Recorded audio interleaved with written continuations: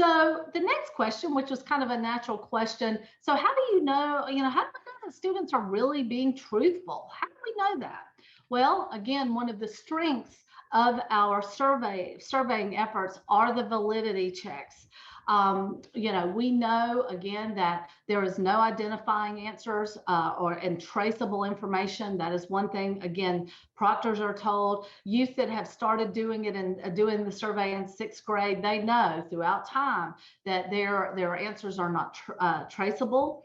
Um, we know that one of the key pieces here is that there are 5 levels of validity checks within our surveying effort. So if you have a student, and these validity checks are listed here, and if we use a fictitious drug, if we have someone who responds like improbable high levels of multiple drug use, that they've done heroin 30 times in the last month, and they've done other types of drugs, those kinds of things, definitely that's definitely a red flag for us.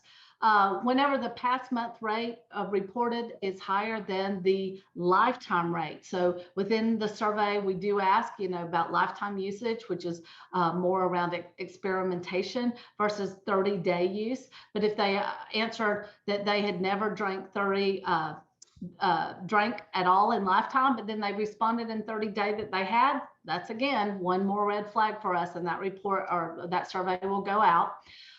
If there's an age reported inconsistent with their grade, if they check that they're 18 and they're in the sixth grade, probably not,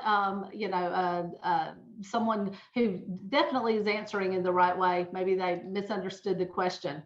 And then the last validity check is around the age that they reported joining a gang is older than their reported age. Now, these validity checks are not just done here in Pennsylvania. We use Bach Harrison for our survey administrator, and they are one of the preeminent survey administrators in the nation.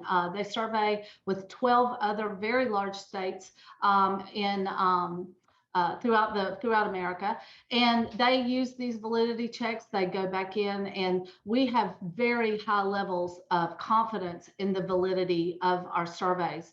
One of the things that we do know, however, and I used to be a classroom teacher many years ago, and that was back as Jeff was saying when he was filling in the bubbles. Well, I was in the bubble phase as well, and I would pick up the survey, and sometimes I would see students who had filled it out in a Christmas tree, and they were singing "Oh Christmas Tree" as they were going.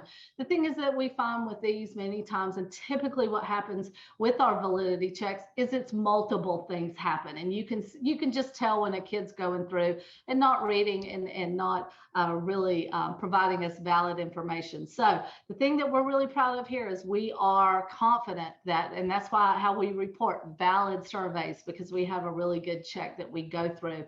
You can see here, this is a really good example of the state level validity checks.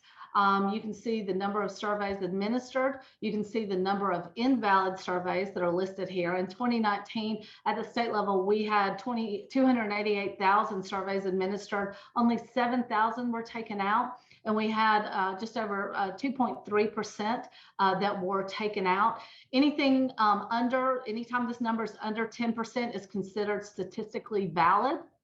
So we are definitely well below that threshold. You can see here, as I was talking about, the different numbers and the reasons why surveys were taken out. And again, as I said, many of them met these multiple thresholds.